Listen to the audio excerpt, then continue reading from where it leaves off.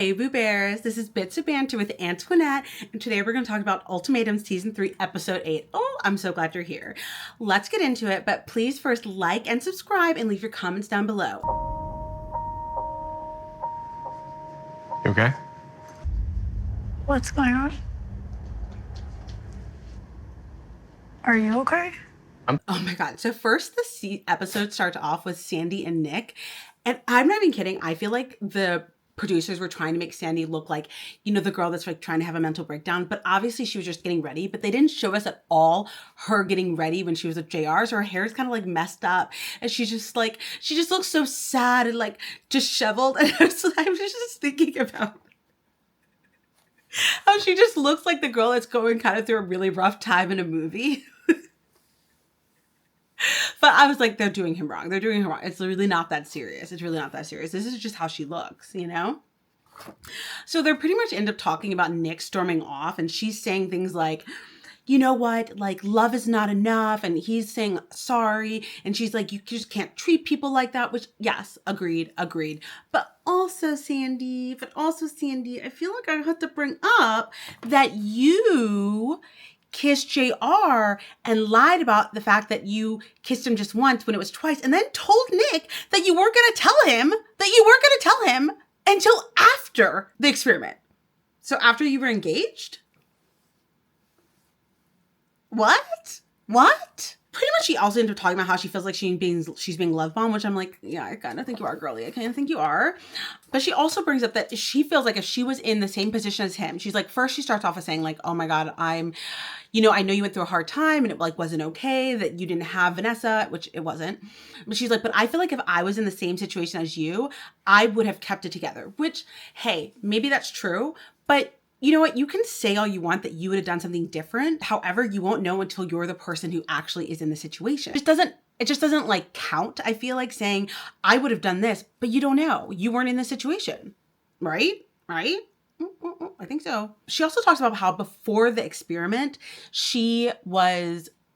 Nick was basically ignoring her. And she also feels like he's doing things to see how much she'll stick around for, which I don't know if that's true, but if that's true, like, I mean, maybe get out. But then she talks about how she feels like he's just such a great person, which I'm like, all the things you're saying are things that not great people do.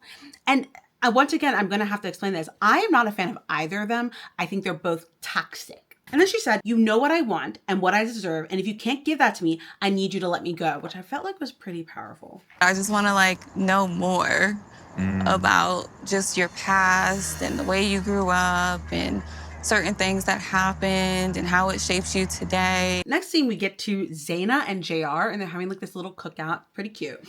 And Zaina ends up saying she feels like the last 3 years they didn't go very deep and she wants to like know all the stuff about him, like what happened in his childhood, how it shaped him. And all I could think about was, then what have you guys been doing the last 3 years? If you haven't gone deep with him, what have you been doing? I couldn't even imagine dating someone and not knowing like about their childhood, like going deep into their childhood traumas. I mean, someone I just meet, I go into their childhood traumas. Like, I don't know, that maybe that's just me. Maybe that's unhealthy, but 3 years, knowing someone for 3 years and not knowing like how their childhood has shaped them, that feels really weird. JR talks about how he had insecurities. He was living in a homeless shelter. There were 7 kids. He had like food insecurities, basically didn't know when the next meal was coming from. And that people used to call him ugly. And he used to feel like, why, he used to question God and saying like, why is he like this? And there's a really big part of me that just feels bad for him, honestly. Like, and the thing is, I brought this up in another video that I was like, I feel like JR is really awkward. Like, as almost like he is not as confident as he seems. And like, he used to not be popular or something, or not have many friends. And it just proves that I know things. But I do feel bad for him because I can tell, I do feel like the way that he acts and the way that he treats Zaina and the way that he's like also really wants Sandy, it's like he's doing this, he's just really seeking validation and he's just very, very insecure. I just wonder sometimes, like, I'm like, do I love her as much as she loves me? Then he ends up talking about how he wonders sometimes if she loves him more than he loves her because she's ready to go deeper and he's not. And I feel like, yeah, that's probably true. I think that that's correct. And I just like, I hate that for Zaina, but I feel like Zaina needs to just like clock in and, you know what I mean? Like, open your eyes, girly. open your eyeballs. He is not the one for you. If you question that I love you more than me, then that's a problem. I don't ever want to feel like I'm chasing a man. Do you feel like you're chasing me? Or Sometimes. She said that she doesn't want to feel like she's chasing a man. And he asked her, like, do you feel like that? And she's like, yeah, I feel like I'm chasing you. Like, I chased you here. And I'm like, well, then that's the thing. Then I think this is your sign to get out. I think this is your sign to get out, Zaina, because you are chasing him. He literally just said that he thinks you love him more than he loves you. And yes, I don't think we can really quantify love as like equal this, whatever. But I think if someone feels like you love them more than they love you, I think that's a problem. I think that's like, let's have an intervention. And one of those interventions is leaving that relationship. But then also how this man says awe when she says, I want to be with someone who's 100%, 110% sure about me. And then he said awe, and I was like, you are cruel. I was like, you are cruel. The way he looks at her, he just looks so awkward and uncomfortable. Like I don't like, when he says even sweet things, I don't believe them. I don't believe them. Then we get to Aria and Scotty. And this, honestly, this whole scene just makes me want to say, Aria, run, girly, because Scotty is, or as we call him here, Ike Turner, is literally just trying to like just chip away at your confidence and ruin your life. And if you don't get out of there, it's just going to be too late at some point. But pretty much Scotty says that he notices that he has flaws and like he's over the dynamic of between Caleb and Aria, which I guess like he's been like hammering on the Caleb and Aria thing this whole time. And now he says he's over it, which, I don't know. There's something about me that just doesn't believe him. But okay.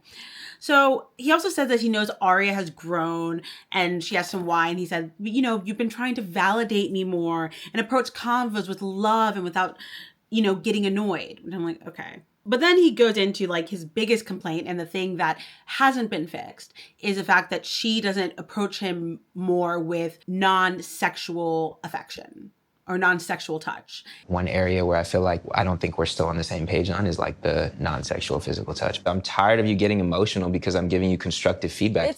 But at the same time, like, I get it. Like, I'm sorry that I'm not giving that to you, and I'm actively trying to do it, and it's not enough. This conversation ends up going really sideways, and Aria starts crying because he's just like is hammering in on her. And even she says, she's like, hey, I'm trying. It's not like it's not my norm to try, you know what I mean? It's not my norm to be physically affectionate, and I'm trying, and I know it's not enough. And he's just like, I think you just can't take criticism. I think your issue is you don't like to hear about yourself in any kind of negative way. If I'm not getting something, I'm not marrying you. And I mean, you just saw that clip. It's literally, he is acting unhinged. He's acting unhinged. I mean, literally being like, I'm tired of you getting emotional when I'm giving you constructive feedback. It's like, she obviously has some trauma. And also, maybe it's not even just trauma. Not everybody is a physical touch girly or man, you know? Like, not everybody, that's not the way that they show love. And some people are very uncomfortable with it.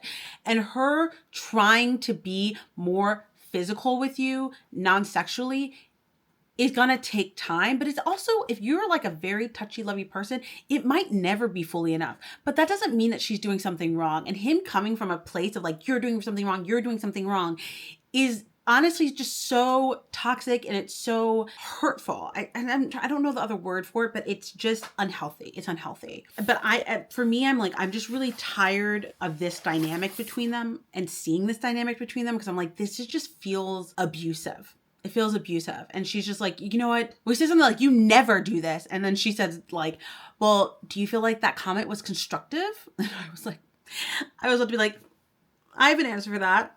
It wasn't.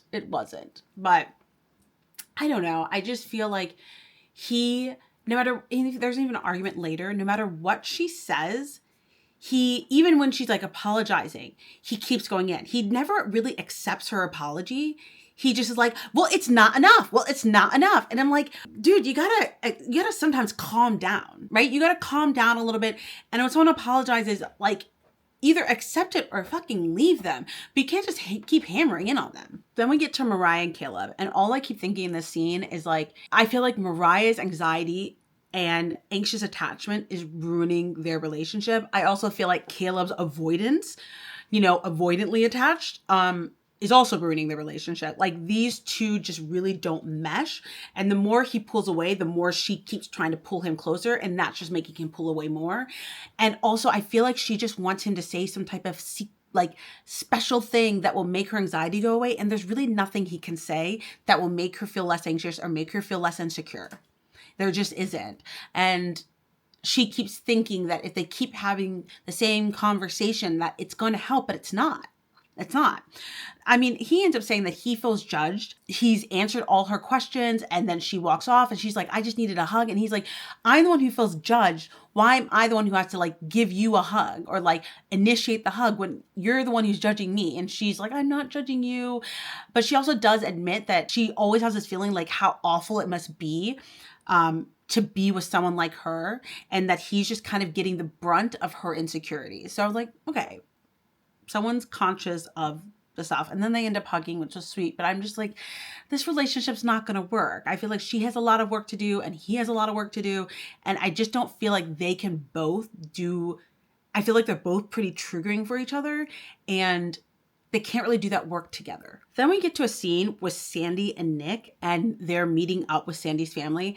And Nick ends up going into this whole thing about how my end was like Sandy essentially had her cake and eating it too because she got to be with somebody she enjoyed and she knew I was alone, so there was no risk to her. He feels like they're talking about Sandy and JR's relationship, how they're touchy and affectionate. He feels like Sandy really had her, got to have her cake and eat it too, and he didn't. She got to have this relationship with this guy that she really liked, JR, but then never really felt or never even got to feel the pain of the possibility of losing Nick because Nick was alone. And Sandy rebuttals this. I will say, but my first comment to this is like, I think that's 100% true. Like she really didn't get to be tested on, oh wait, what would it be like? Or how would I feel if actually Nick was with Vanessa? And then I had to actually worry, is he falling in love with her? You know what I mean? Like she just got to be in this nice little relationship and then she knew Nick was waiting on the side. But the way Sandy ends up saying, I feel like I missed out on a big part of this experience with seeing him with somebody else and how that makes me feel. Especially he's the one that gave me the ultimatum. He's the one that already knows that he wants to get married. I'm the one that's like, I don't know. And she's like, no, actually, I didn't get to have my cake and eat it too. Actually, what I wanted is that I was robbed of the fact that I didn't get to see you with someone else and see how it would feel to me. So I really think that at the end of the day, they're both saying the same thing. Like she never got to get the feeling of I could possibly lose him. And that's basically what they're both saying. And that is what she wanted. Like, how would she react? How would she feel? Because that would have given her more information on if she wants to stay with him. And then Nick ends up going in about I've never loved someone so much, especially when Sandy's mom is asking him so what happened? So she ends up being so I heard you went crazy. What happened? And he's like, I just never loved somebody so much. Sounds sketchy. That's basically was his excuse for his erratic behavior. And I'm just like, okay. I if it was me, I'd be like, that's not good enough. I'm just tired of hearing him saying I'm just so in love. I've just never loved somebody so much. It just feels gaslighty, And then Sandy, when Nick walks away, talks about how grounded JR is. I'm just honestly so tired of hearing Sandy talk about how grounded he is because I don't really feel like he's grounded. And even though he acts calm, I don't actually think he's calm. You know what I mean? There's some people who just don't really outwardly express themselves. And also the way that he acted towards Zaina, you can tell that boy's not calm. You can tell that boy's not calm at all. And then she ends up talking about how the relationship with Nick is just the opposite, where it's she can't see her life without him, but at the same time, it's just really low lows and really high highs. And I was like, yeah, that's a toxic relationship, Boo Bear. And she's always going on the roller coaster of his emotions, which I'm like, you should fix that, maybe. Not be with him. Also, not be with JR. Also, work on yourself because you're not a prize either. You know what I mean? Not to be rude, but... Then Mariah and Caleb end up going fishing, and it seems like they're being a little bit more lovey and they're having a better time. And Mariah says that she has been so focused on the relationship that she didn't realize that she actually really needs to focus on herself. And I'm like, I'm really glad we got there, girly. I'm really glad we got there. But then even Caleb ends up saying that he feels the same way. He was like, I came into this kind of not really realizing that I had a lot of work to do. And I also have a lot of insecurities that I need to work on. And it's going to take me a lot of time. And he's going to try to work on communication and expressing himself in a healthier way. And I was like, look at these two growing. Look at these two growing. Then we get to the scene with Aria and Scotty and they're cooking. And she brings up that he didn't get paper towels and he gets all passive aggressive and being like, well, I feel like you don't remember that was working. And she's like, oh yeah, but I mean, we were at the grocery store. And he's like, yeah, at the time that was supposed to work. So why are you bringing it up? So you went to the grocery store. Who cares if it's at the time that you were supposed to work? You weren't working. You were at the grocery store. So why didn't you get the girl her paper towels? I can't with this man. I literally can't. So then he gets upset and feels like whenever something doesn't go her way, it just ruins her whole mood and she doesn't let things go and she's always criticizing him. And he's like, you know what? I've like been the man of my household and been able to take care of things. And I just feel like you don't trust me, which I mean, maybe she doesn't. Like he doesn't feel like she trusts him to make good life decisions, which I'm like, I mean, the way that you act aren't of somebody who makes good life decisions. And then Aria tries to acknowledge that she could do better. That, that he does do great things and that's why they're together. And so she could do a better job of validating him and not just bringing up the critiques. And she says she understands that he doesn't feel appreciated because she's always critiquing things. And he's like, no, you're always critiquing me. And I was like, she is literally agreeing with you and apologizing. I'm gonna need you to take like a million steps back, honestly. I'm like, let it go, dude. She is trying to apologize and she says she's trying to work on it. It's not going to be something that is overnight. Like, you just keep hammering. You're just like he's like a dog with a bone. And then he brings up the whole trope. I just feel like because of your background with men, you're always just waiting for me to mess up. So you can be like, see, this is why I don't trust men. And I'm like, no, I think just the way that you're acting, period, is proving to her why she doesn't trust men. Just you being fucking you right now is why she doesn't trust men, is why a lot of us don't trust men, because of your toxic ass, Scotty. So Zaina and J.R. end up having this dinner and he keeps saying, aw, every single time she says something sweet and I'm about to slap this man if he does it again, because it's literally giving, what's the word for it? Condescending? It's literally giving condescending. But pretty much she says that they both feel like they've reconnected and he looks at her differently and she really wants to like keep growing what they have. And she tries to talk about how she feels that Sandy was actually this best match for him. And she's actually really thankful because if he didn't match with Sandy, she doesn't think that he would have shown up for her the way that he has. And he ends up saying, which I'm like, I didn't know if you were going to be this open with me or vulnerable. You thought I was leaving on Sandy. No, never. Why not? He ends up saying, you thought I was going to leave you for Sandy? Huh? And then I was like, what? Like, why would you say that? First of all, I don't even know how you got there from what she was trying to say. Like, I don't even know how you got there. Also, rude.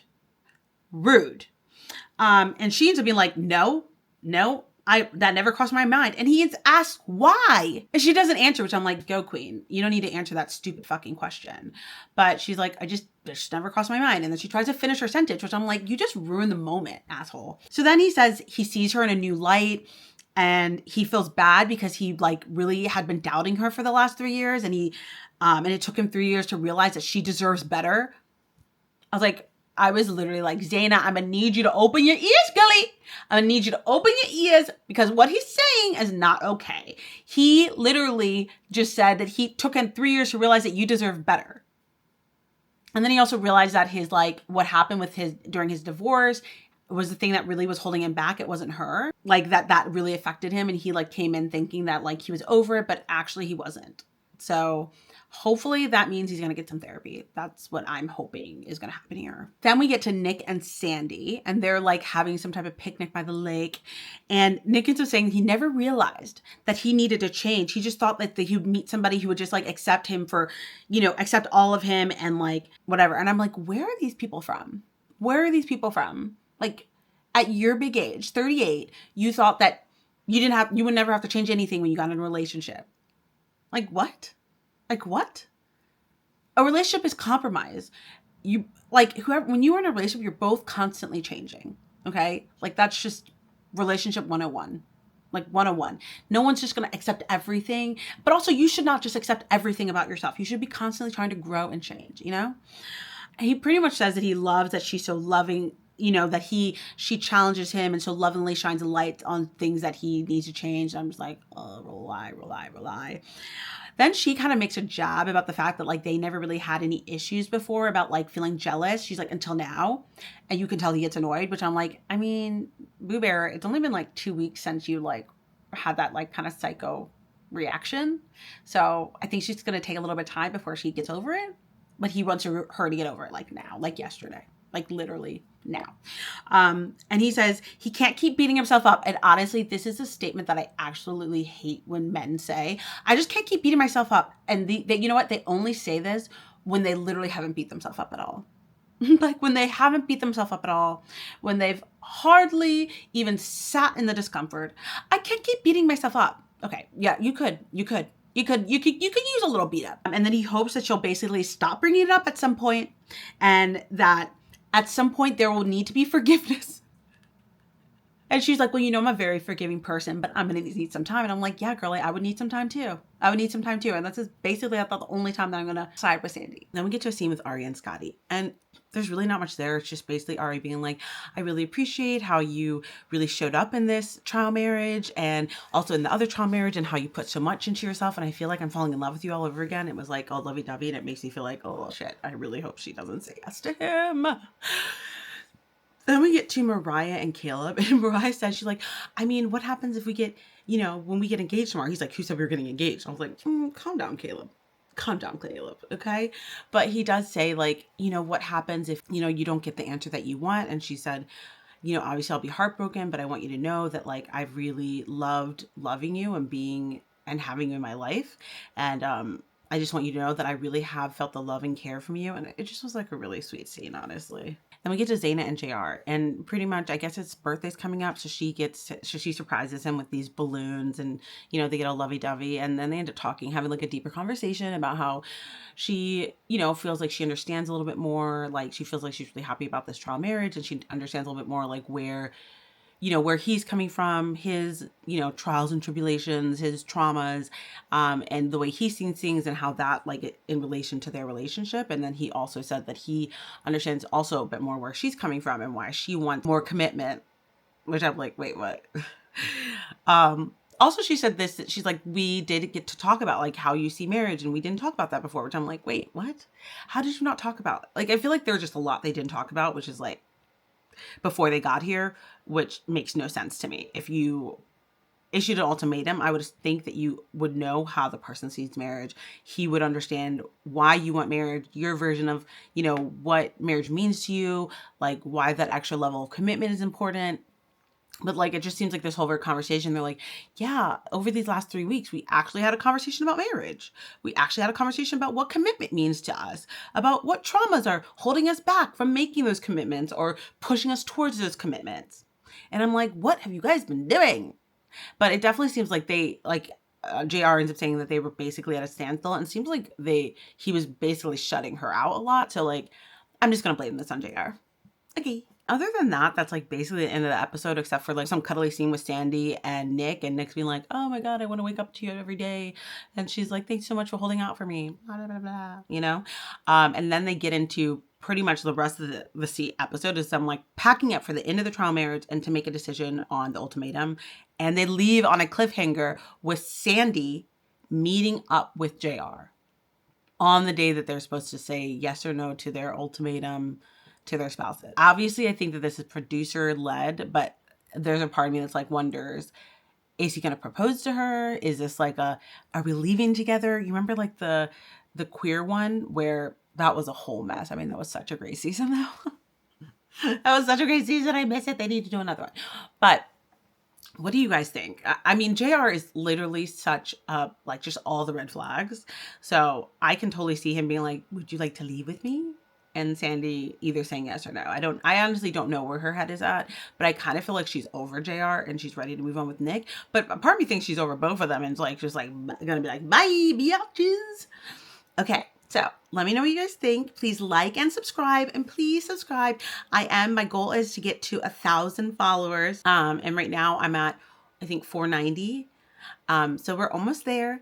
So if you haven't subscribed yet, if you could please subscribe and leave your comments down below. I love these little chats of ours. Love you, mean it. Bye.